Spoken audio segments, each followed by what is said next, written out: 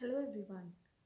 I, Anam Kazi from BTTC College, Bombay Teachers Training College, would like to tell you about longitudinal study in teacher education. Let's get started.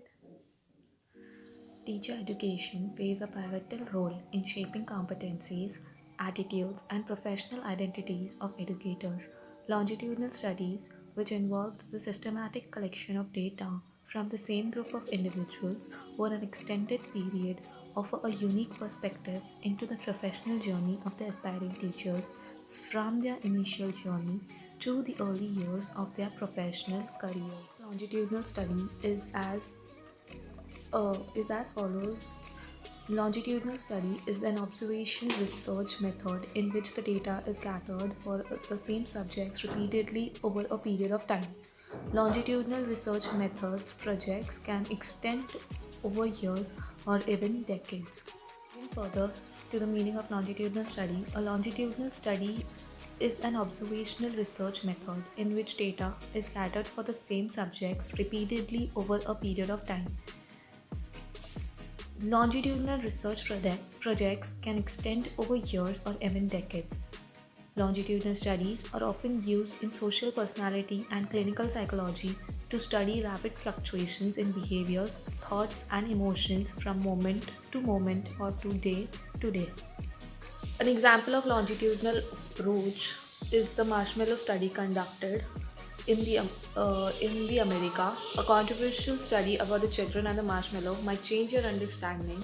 So back in the 1960s, psychologist Walter Mischel with his team at Stanford University set up a simple yet an intriguing test with the young children.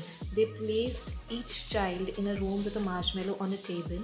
The child had two options: eat the marshmallow right away or wait patiently for 15 minutes when they would receive a second marshmallow as a reward. The researcher then left the room, leaving the child to wrestle with that decision. But hidden cameras captured the children's behavior. Some ate the marshmallow immediately, while the others resisted it by distracting themselves with various techniques like singing or covering their eyes or even smelling the marshmallows but not eating it. Misha followed the participants and found out something interesting. He found that those who waited for the second marshmallow generally had better academic performance, healthier lifestyles, and stronger relationships. They concluded that the ability to delay gratification played a role in longer term success. Types of longitudinal studies. The first is the cohort study. In cohort study, the behavior of the selected group of people are observed over a period to find the patterns and trends. Often, these studies go for years. They can also be particularly used for ascertaining consumer trends if you are trying to research consumers with specific common characteristics. Furthermore, types into the cohort study, that is retrospective study. A longitudinal study is when you take the pre-existing data from the previous online surveys and the other research.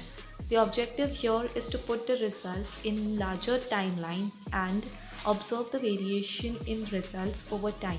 This study is expensive and time consuming. Prospective study. The second is the prospective study.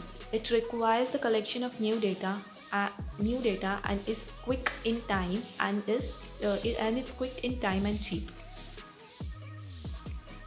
Now, when to use this retrospective prospective study is describing and defining developmental changes. Second is predicting event occurrences.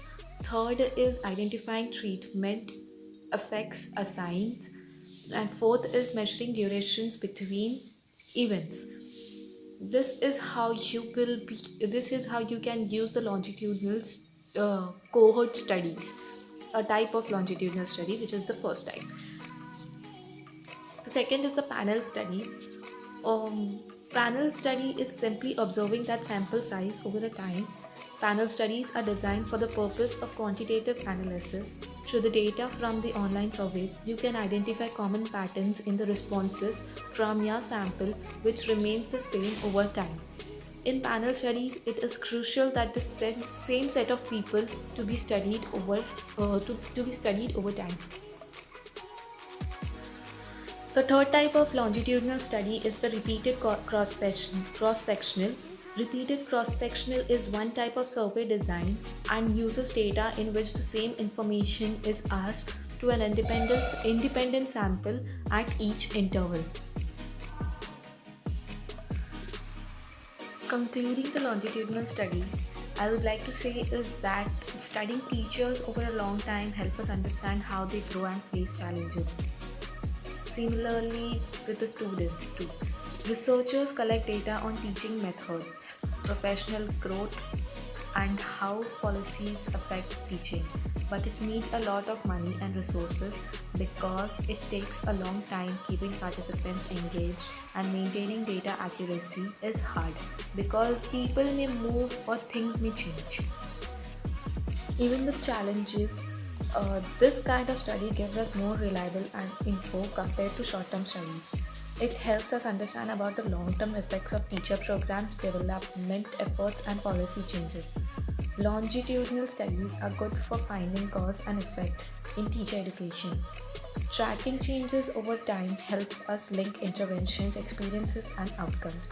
Longitudinal studies help us explore dynamic parts of teacher education, like how teaching beliefs evolve and adapting to new approaches. In end, despite challenges, longitudinal studies in teacher education are crucial for creating effective and training and informing education policies. Thank you.